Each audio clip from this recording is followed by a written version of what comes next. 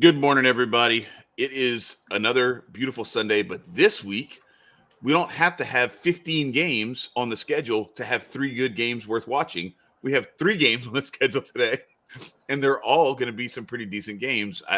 You got some kind of lopsided We'll spreads in see. that Dolphins and that Bengals game. We'll see if they turn out to be like that 49ers Seahawks game, or if we end up with a barn burner like we had with Jacksonville and Los Angeles last night. AG, how you feeling this morning, man? I'm feeling good, man. A lot better with that Jags comeback win. I That's loved right. it. Jags money line all the way, baby. There was Never had a there doubt. was never a doubt. I promise. I'm not even lying. There was never a doubt. I even took them live a couple times. I know. Yeah, we I was cashed at a out. party, I otherwise was I would have happy done about it that. too. When it was Yeah, 27-7, I was like, you know what? I was like, shit, I can't like ignore my dad and be like, hang on, Dad, I got to type this bet in real quick. So yeah. I I got you. missed out on the big money, but Is still what a it good is though. game. We still cashed out. We're in the green for the playoffs so far. So we're up almost 3 units on the day in Yeah. total. So we're gonna add to that today. Now, I mean, I think this Dolphins Bills game might end up being a blowout. The Yeah. Dolphins have played the Bills very close 2 times. They split the season series so far, but both of those games are with Tua.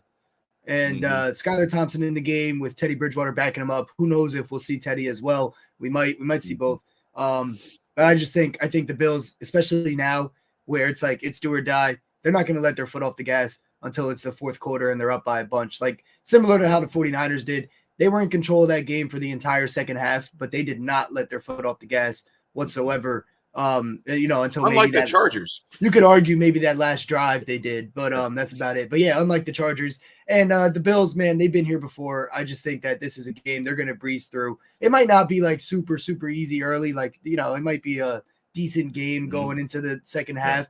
But one thing I did notice is that both games yesterday so far have flipped at halftime. So don't get too down on your bets. Don't get too high on your bets. No matter which side you're taking. And at the end of the day, I think we're all in better shape than the guy that put a milli down on the Chargers money line while they were up 27-0. Did you hear about that, Chad? No, somebody Somebody did put that? $1 million. I think it was 1.4 million. Somebody put 1.4 million on Chargers money line at to like win like minus 100K or something. 11K. Are you serious? It was that low? Oh my Or something. I think it was 11K. Here, I'll go redo the thing. Hey, but look, man. I'm not going to I'll go say look at that it you get again. what you deserve, but this is kind of like you get what you deserve. Oh, Just like yeah. we talked about with Staley and the way he coached that Chargers game last week that got Stupid, Mike man. Williams hurt. Like it's the same kind of thing. And what did we tell you yesterday? If you were watching the stream yesterday, we told you when it comes to Staley versus Peterson all day, every day. And what happened?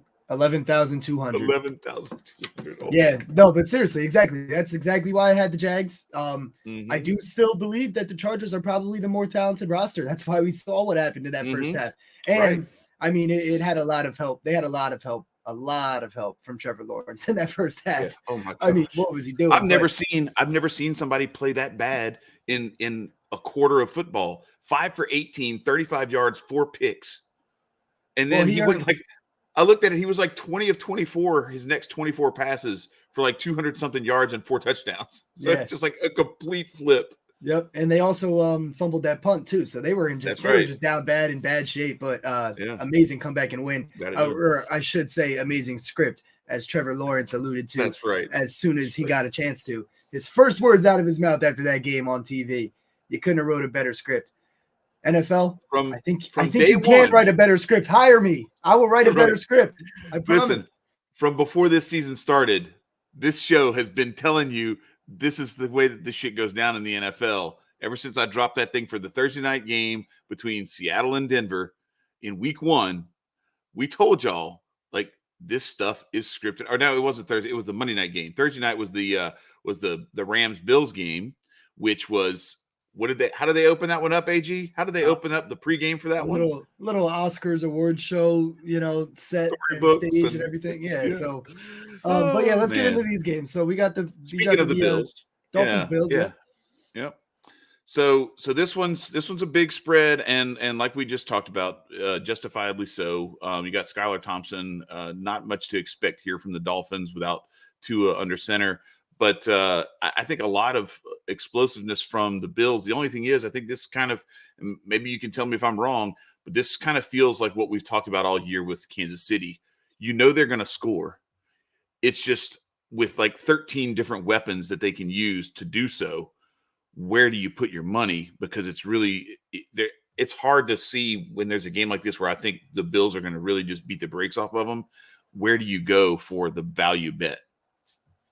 Yeah, no, I'm 100% with you. This game is actually kind of a stay away. Like, I don't have any straight plays in this for that exact reason. Like, I don't know if I want to go Diggs on his over or Gabe Davis. It could be anybody. Now, I do think Diggs hits his over. I think Wilson probably hits his over in terms of for the Dolphins, because you're not going to just go out there and throw the rock with Skylar Thompson for a million times. But I don't know. This game is tough because there's also that blowout potential. So do I want to take Diggs at over 74.5 or whatever it is, and he comes out with like 8 minutes left in the fourth quarter, or doesn't, they're not passing the ball anymore for the whole fourth quarter? Do I want to take Josh Allen's over 22.5 completions if they're up by 24 at halftime? Now, after what happened last night, you would imagine that they maybe keep it rolling. But that assumes rational coaching, and Chad has always warned me about that. So I'm factoring all these things in, and all it says to me is like, this isn't a game where you just throw around a bunch of money. It's a big spread for a reason. I don't trust either side of that spread either. So this is one of those games where I'm kind of just going to sit back and watch and hope the Bills win and move on to the next round, because I do have my future in since August on the Bill. Well, since August in terms of this show, but I actually placed it back in like May, I think. I think April or May here this year. Like that, so I'm hoping I could just sit back and watch them get an easy win, maybe rest some guys if they can. So we shall see. So I didn't really want to go too crazy on these bets. However, I do have a touchdown parlay in this game because I do think that I have identified two guys on the Bills that will score touchdowns, and those are Stephon Diggs and Dawson Knox. Now, Stephon Diggs, he's had some good games against this Dolphins defense so far this season, but he has not gotten into the end zone, and you know he wants to. You know what I mean? This is his third chance against the Dolphins this year. All that hype around the Dolphins receiving corps this year with Tua, and it was working well. You know, it's a shame that Tua keeps going down, and you know, it really sucks. We don't know what we're gonna get out of the future now. I argued he shouldn't have been playing, one, in that Thursday night game, and two, the rest of the season after that Thursday night game. But they sent it back in there, gets another concussion. I mean, hoping for the best for him is all I can say, I guess. But I'm going Diggs because I think he needs to get a touchdown against this team. I think he wants a touchdown against this team. Yeah, I think so too. And I like Dawson Knox, but the thing that's concerning to me is like, this is the Diggs at plus money. I like that, but Dawson Knox at only plus 240.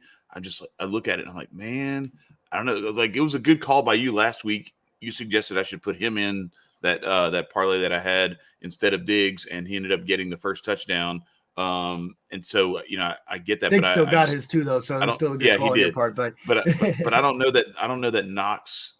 I don't know that, you know, betting on him going, you know, back to back like that with a plus 240. I would like this better if it was in the 300s. But, you know, it's still, if you're doing it in a parlay like this, if you do, because I think we're getting plus 580 for those two guys to get it. So not bad there. Let's move. Yeah, that value actually on Dawson Knox is the highest you can get, just for if you just want to play him straight or anything. But he did have a touchdown last time this team's played. He had like 98 yards and 6 catches. He was torching them.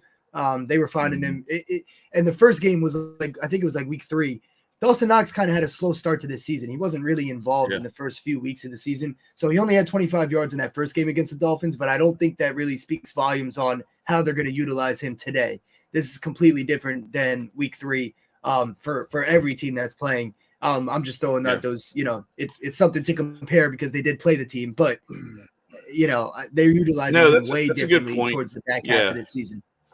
That's a good point. And you saw that yesterday with the 49ers and the last few weeks with the 49ers, where George Kittle went from a help side left tackle to when they were struggling, when Trent Williams was out, and even when he came back. And now they're really starting to unleash this insane weapon that they have. So I could see you get into playoff football, and it's all about leveraging an advantage to the maximum. And so if nobody can guard Dawson Knox, I'm just feeding him the rock. Yeah, over and over again. exactly. And the same thing with Stephon Diggs, whoever it ends up being, you find that advantage that you can leverage, and you just hammer it to death. Yep. Let's move Especially in let's playoff move on to games. this next. And just to Let's be move clear, on to this before we next move game. on, just to be clear, I Okay, got all right. a half unit on that. Just to A half let unit. everybody know. There you go. Yep. So I'm not half throwing a unit. full. Half unit to win 2.9 units, right? Something along those lines. Yeah, 580. Yep. Yep. So here we go.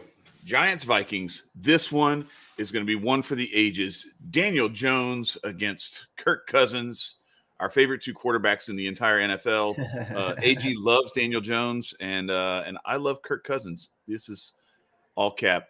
We should be not seeing big some fans. fantastic quarterback play today. At 4:30 window too for Kirk Cousins. Like, Oh, I know, all alone. Oh man, I can't wait. Now I will say this: this is the game that the public loves this underdog here. The public is all over the Giants. The public has been fading the Vikings all season long, and if you're taking spreads, you've been probably winning a good amount of them. But if you're taking them to lose, it has not been working out for you guys. And people are taking the Giants to win this game. I think it's going to be the Vikings. I think they will keep it close, though. I think it'll be a good game. But everybody keeps saying, "Oh, they were in that game. They won that game." And then it took a 62-yard field goal. Like, yeah, well, he hit it, one, but two, that doesn't necessarily mean you're just going to come out and win this time, And yes, and the problem is in this matchup is that although the Vikings defense, they haven't done shit all season. I'm not saying that they're, a good defense or anything like that, but the Giants offense is very one-dimensional compared to the Vikings offense, where the Vikings defense and defensive coordinator, coaching staff, all of that, they can look at the Giants game and figure out what they can plug and completely shut that offense down a little bit. Now, I do think the Giants will be able to keep it a game and everything. I think it'll be close, but there's a way better chance that the Vikings defensive staff is able to adjust to what the Giants did successfully than the Giants defense being able to adjust to the Vikings. Yeah. They have so many weapons, so many different ways they can go. They haven't even used Dalvin Cook all season in most games, but they can go to him and get him 150 yards and 3 touchdowns if they really needed to. Look. So the way I see this one is, I think to your point, I think that the setup, and because we talked about this, Trevor Lawrence coming out right after the game last night saying they couldn't have written a better script. Like, we know they scripted it. It's all good. Here's the script I think I see for this one, right? Tons of people are looking at this. They feel the same way about Kirk Cousins that you and I do. That when the lights are on and it's prime time and he's got a chance to shine in the spotlight, he folds like a tent. But I think we could be being set up here where this is a chance for the Vikings to, when everybody's expecting them to show their negative side, their Dr. Jekyll side, is where they maybe come out like a monster and actually beat the brakes off of the Giants, or at least are in command of this game throughout. And maybe it's a little closer than they would like for comfort, but they're in command enough to where there's never really a threat that the Giants are actually going to win this game. I could see that, and I could see people being impressed and then looking for whatever their next matchup is as being like this is the chance. Look at how the Vikings played last week. They win by 2 touchdowns or something like that against the Giants, and they look really impressive. And then whoever they're playing next week, because we're not going to know that until they figure out the seeding based on who the lower seed is that plays the number one. If the Vikings win, they'll play San Fran. Oh, it's automatic. Yeah, that's right. That's right, because they are the right. Yeah, right. You're right, because they're a division winner. So the Vikings win. 4 and 5 are the only ones left. The Seahawks lost. The low seed plays the Eagles. Yeah. Oh, I got you. That's right. Yeah, high seed plays the 49ers. So all right. So so they'll be playing. So they'll be playing the 49ers. Vikings win, they play the Niners. Giants win, they play the Eagles. Gotcha. Yeah. Cowboys and Bucks are waiting on this result. That's right. Yeah, this is the one that's going to determine. It's the Cowboys one that they don't know yet. All right. So here's what's going to happen though. They're going to go in. They look impressive. So write this down. Vikings are going to look impressive today, and it's going to set up, and everybody's going to talk about this epic matchup that's coming up next week. And the Vikings might just have the recipe to beat the 49ers. And the spread's going to be like 9 points or something like that, or 6 points. Oh, no way. Yeah, it's going to be a touchdown. I don't know. I bet you. The thing is, the public, and it's going to tempt people to take the Vikings, and then they're going to get their ass beat. if they're doing it the setup way, I can definitely see that. But what I was gonna say is the public has been fading the Vikings, but the books have been pretty reasonable with their pricing usually. So I mean, they won by 3. It's a 3. Last time they played the Giants, it's a 3-point spread. Now they're not disrespecting the Vikings really. They really haven't been all season. It's been the public that's been kind of fading them. But I see where you're going with if they want to get a lot of money in on the Vikings, they will make the spread a little bigger than it should be. Yeah. But the bettors will buy it. The smart bettors will buy it back. So I don't know. We'll see. But if you want to take a little gentleman's bet on it being a touchdown spread, I'll take under a touchdown spread for sure. Okay. If that's what we're calling. So 6. So I'm not saying 7. I'm saying 6. Okay. All right. No, I'll go into that. I think it'll be 4 or 5 maybe. We'll see. All right.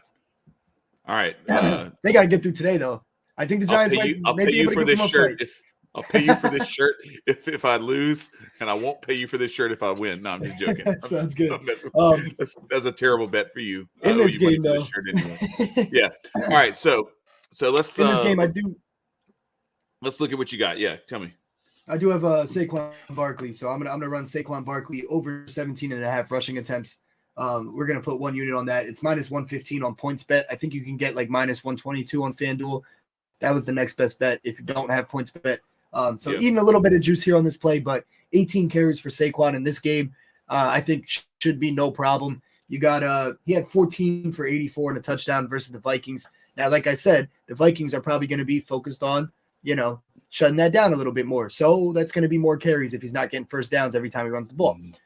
Now, I know I said that yesterday, and Pete Carroll decided to just screw us with Kenneth Walker. Our money is on Brian Daboll being better and smarter and kinder to us than Pete Carroll was. I mean, come on. He had 14 carries in the first half. He ended with 15?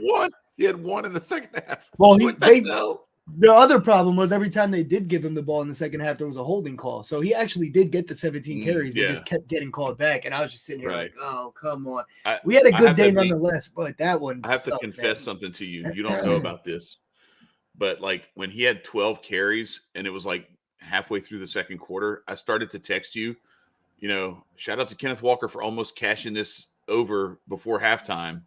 And I backspaced, deleted over it. And I was like, I'm not doing that. I don't want to jinx it. But apparently just me putting the thought out into the universe was enough to jinx it. Well, so I take full responsibility for it. I did say when we talked about it, I said that he might have it before halftime. If he has 15 by halftime, he was damn close. And I was like, oh, we're good. And then nope. But that was the concern. That was the concern with that play, is that if the 49ers, get out to a crazy lead, then it's a wrap for that one because they're just going to have to pass. It's kind of what happened. Right. So we got screwed there. They also gave DJ Dallas a lot more carries than I expected. So there was that too that came in. But, oh, well, swing and a miss. It should have been a hit. Pete Carroll fucked us. But I think Daboll will get Saquon the rock. I don't expect Danny Jones to throw 42 times again either. That's the other thing. Danny Jones threw 42 times against the Vikings last time they played. So you take 4 of those away, and Saquon's hitting his 18 rush attempts. You know what I mean? All right. Saquon getting the ball instead. So that's what I'm rolling with. Listen, I know I've gone to this well so many times. It's probably hurting people's eyes at this point to see this on here so much. It's not hurting their pockets, though. I know I'm an LSU homer. And so, take this with a grain of salt, all that good stuff. But I'm just going to tell you something that not a whole lot of people know. Do you know whose birthday it is tomorrow? Justin Jefferson. Yes, indeed. Birthday present? So, birthday present for Justin Jefferson. I looked at this. 1 touchdown and 100 yards is plus 228. I'm actually going to take it. A different direction. We're going to kill the touchdown. We're going to kill the 100 yards. And we're going to tamp down the yardage, but we're going to go 2 touchdowns. So where's his alts? Here we go. 2 touchdowns here? Yeah. So I'm going, well, look, go hard or go home. That's the way I roll. All right. 2+ touchdowns. Jay Jettas plus 790. So that is, I'm dropping a quarter of a unit on this one for a chance to win 2 units. Essentially. I don't want to talk you off this. I don't want to talk you off the ledge here, but he only had 2 touchdowns in that first game of the season so far against the Packers. He's had ones every other play. Now that's what I'm saying. I'm not talking about the ledge. I'm just kind of going through this for viewers, anybody who needs to hear it. But He did have 12 catches, 133 yards, and a touchdown against the Giants. Me personally, I don't know. I kind of like that first play you laid out with 100 and a touchdown. All I right, might well, play that one personally. Yeah. Myself. So let's. I'm not talking so you let's off your do ledge this. at all. I'm just saying what I might play. Yeah. So I'm actually. So now you talked me into it. I'm going to do a quarter unit on this. All right. I'm not talking you into it. Yeah. No, I'm doing a quarter unit on this. I know. I'm just kidding. plus 790. Okay. So that's a quarter unit to win 2. And then I'm going to go back to that well, but I'm actually going to bump it up. I'm going to bump it up to something where we can get. I'm going to go to the 125 and a touch. Give us. I'm trying to boost this thing for us a little bit. So we almost added another full unit to this thing just by doing that. So, and I'm going to do a quarter unit on that one as well. So that's a quarter unit to win 1. So I know I could get hooked in between where I end up where it's, there's a big difference between 80 and 125. What was the yardage for the 2 touchdown play? Would you do 80? 80. Okay. Yeah, 80 and 2. And I'm just doing that because it's his birthday tomorrow. And so if he hits this for us, he's our man of the day. He's our man of the day. He's our man of the day. You know what I mean? And he's gonna. I'm putting all the bets up there on his man of the day post tomorrow. Shout out Steph Curno in the chat. Shout out Timothy. Yeah, shout out to Tim. Yes, indeed. All right, so real quick, we'll go into. Did you have anything else for this game, or was that it? No, that's the only play. I am gonna put some parlays on Twitter. I at least 2 maybe. I might do one with like 2 legs from each game, and see if we can just make it to the 4:30 game too, or reload at the 4:30 if we need to. But I think I'm good on straight plays today mostly. That just not a lot. These teams are just it's the certain teams where anybody can get the ball. I feel like this whole day is like that. Absolutely. And I don't really want to take anything on the Dolphins offense or the Ravens offense because I don't know where they're going to get their offense from. So it makes it tougher. But and I'll say this about the Bengals Ravens game, because we hear it's always this, it's division opponents, they played each other twice already this year, blah blah blah. And I just look at it and I don't see, just like I didn't see a path yesterday to the Seahawks beating the 49ers, I do not see a path to the Ravens beating the Bengals in this game. I don't even think they cover. You look back the last 2 years without Lamar Jackson, the Ravens are 3-7 and they're averaging like 2 touchdowns, about 13, 14 points a game over that. But the defense is allowing only like 16. Yeah. Okay. Yeah. But I'm just saying. Throwing it out there. Yeah, they're playing the Browns and the Steelers for 6 of those games every year, or 4 of those games every year. So I'm throwing it out there that this Bengals team is different right now. They're playing on a level. That's why I think it was really kind of dirty that what they did to them with how they didn't like. How are you going to coin flip the Ravens Bengals game to see who wins the division if the Bengals had lost, but you didn't coin flip the Bengals Bills game? Yeah. Why didn't we coin flip that one?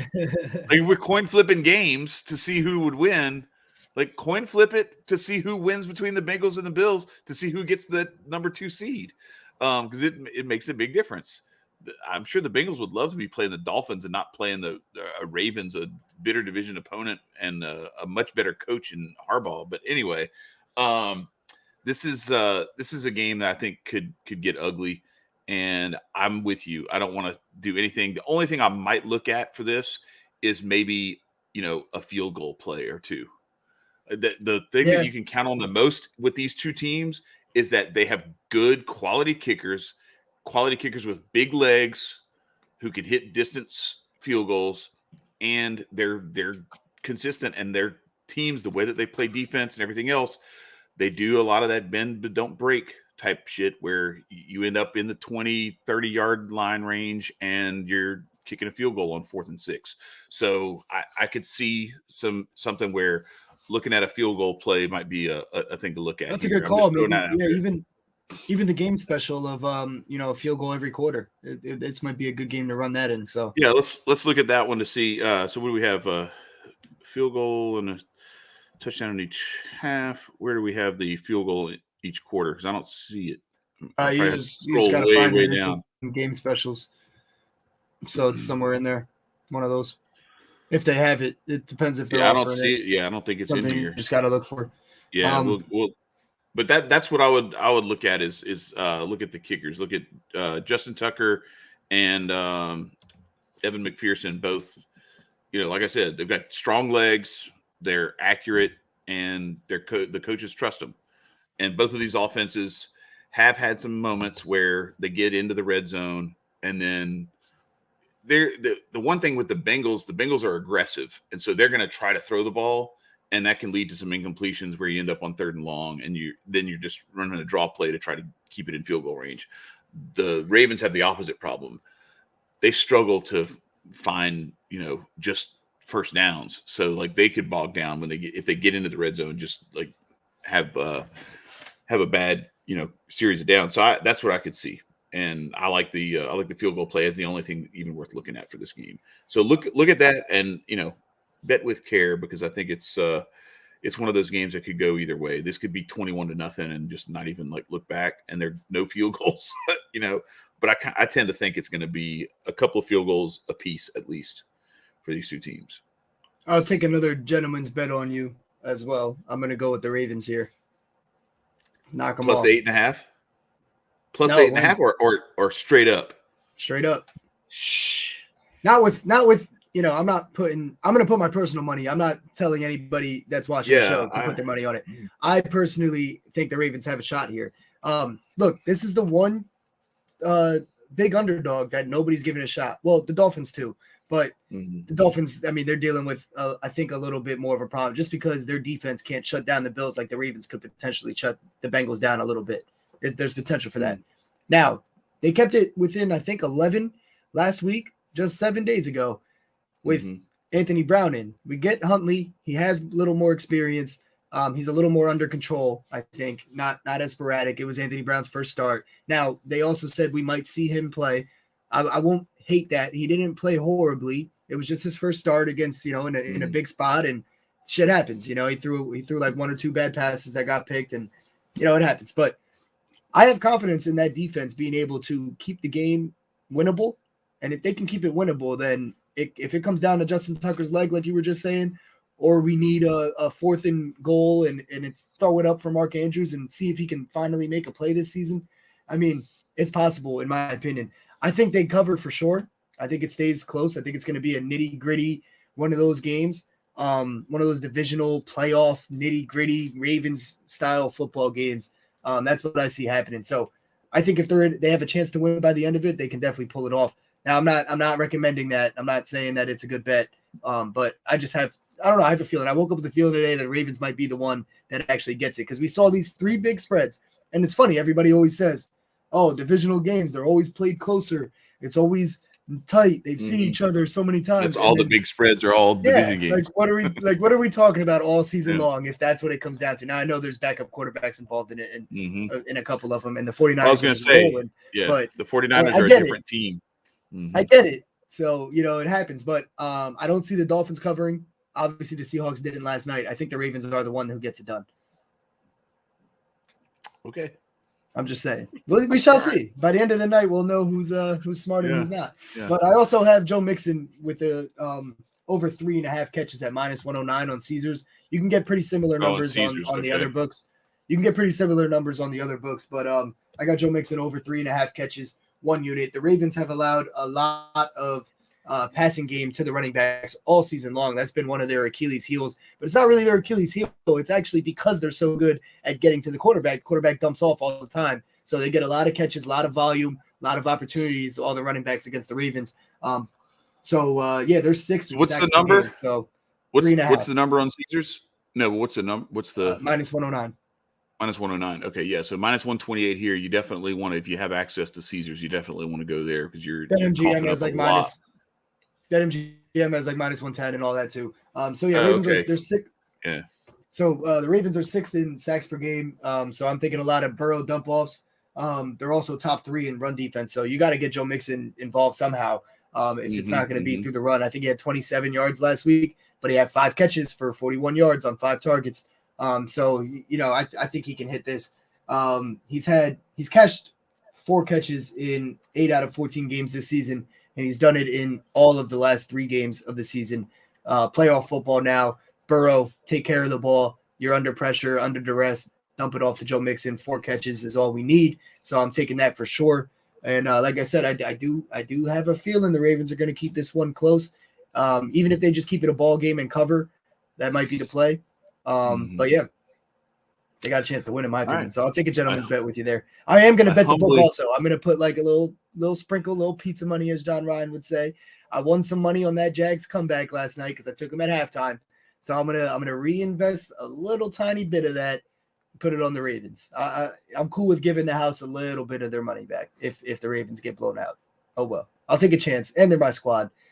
I actually am not making that pick on the bias factor though. You know me, I've been keeping it real with the Ravens all season. You've been betting I against the Ravens. expected nothing from them all season. I didn't even expect them to be here, but they're here now. And I really do think they have a chance. I just feel like everyone is overlooking them. Like nobody's even considering that. There was a lot of people talking about the Seahawks yesterday.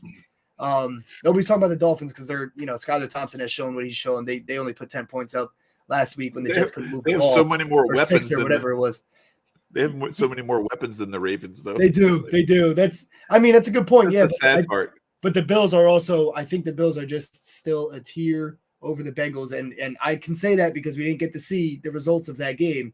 But also it is interesting. Keith from Pick and Winners mentioned to me this morning, it is interesting that if the Bengals win, they will be playing the Bills if the Bills and Bengals win, and we will get that rematch. So maybe the NFL does want that. So I could be on the wrong end here. Yeah, but I think it'll be a close primetime game. Both of those games should have been in Cincinnati. Yeah, because I think the Bengals win that game a couple of weeks ago, and then it would be in Cincinnati, and then they'd be playing that game in Cincinnati instead of in Buffalo. Yep. So it's wild how that goes down. It kind of leads some credence to your script and your storybook of taking that Bills bet way before the season, before training camp even started, because that may be the setup. They're setting it up for the Bills, and now you got like the whole DeMar Hamlin thing and everything. Like now everybody's like, you got other teams putting Bills gear on their pages and everything. It's just the whole NFL is for the Bills right now, right? What the hell? Right. But no, definitely. I hear you. WZG, correct. I don't think they have a chance. I do not think they have a chance today. In my expert opinion, I would say no. I'm sorry about that. If Tua was playing, man, we would have spent 30 minutes talking about just that game probably. But there have been so many plays to make on this game. It'd be like mad points being thrown up, but I just don't see it. I think the Dolphins would be lucky if they score in the teens today. So we'll see. But you got anything else? Because I think I'm just about wrapped up on this one. And now you got that's all I got. Yeah. Yeah, you got another stream coming up with the to preview the Cowboys Buccaneers game tomorrow night, and that'll be up later today. And just to be clear, Chad, you're on the Bengals, Bills, and Vikings, right?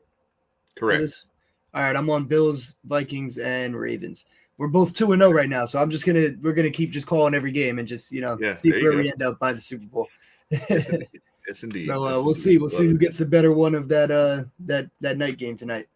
There you go. And I will be posting some parlays. Make sure you're following moo_sports on Twitter. Link is right there in the description box right below. If you just click the description right there. And I'll throw some lays out for today as well. Word. Peace, everybody. Happy bet. Peace, everybody. Yeah. Good luck.